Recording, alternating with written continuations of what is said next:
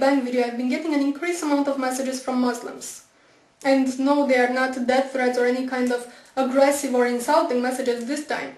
Instead, they are trying to bring to my attention that the Big Bang theory, as it is explained and accepted by scientists today, was revealed in their holy book, the Quran, 1400 years ago before the theory even existed.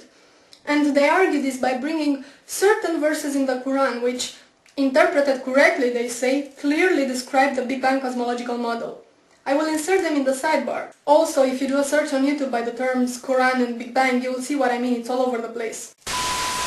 Now, I'm not gonna argue and dissect them simply because, well, one, my arguments would just basically say, yo, look, them verses have nothing to do with the Big Bang. To which the responses would be, oh yeah, they do, and this can go on forever. And two, because you can read them for yourselves. I mean, the claim that these verses have any scientific merit to them is as ridiculous as putting a miniskirt on a sumo wrestler and calling it a ballerina. No. He's just wrong. So instead I'm just gonna ask one question to the Muslims making this claim. And not just this claim, because you see, while most Christian creationists try to negate science altogether, going, evolution? Where? Big Bang? Never happened. But no, Muslims have a different approach. They go, it's all here in my book, man. See this verse here? This is what it really means. You got pawn, motherfucker. Allahu Akbar. So my question is this. If the Quran really predicted modern scientific theories, such as Big Bang and evolution, then why didn't you Muslims come up with those theories ages ago?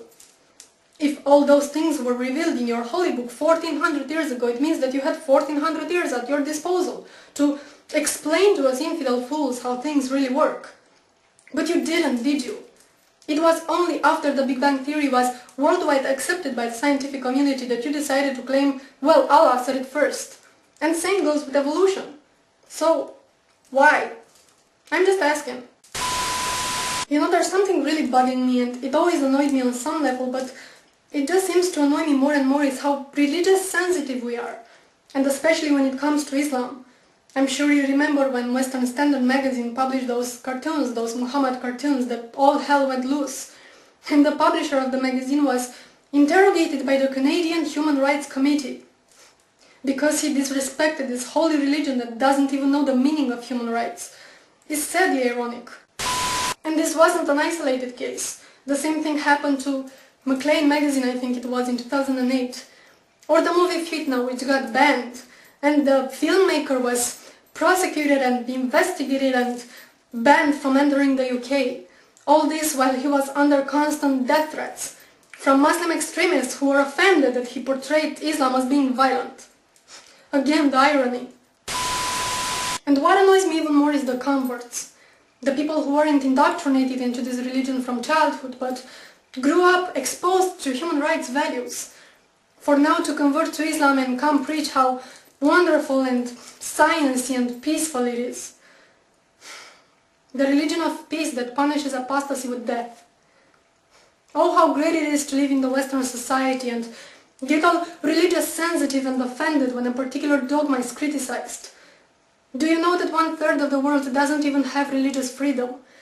And it's not a coincidence that those countries are so populated, they account for almost 70% of the world population. Let me say this again.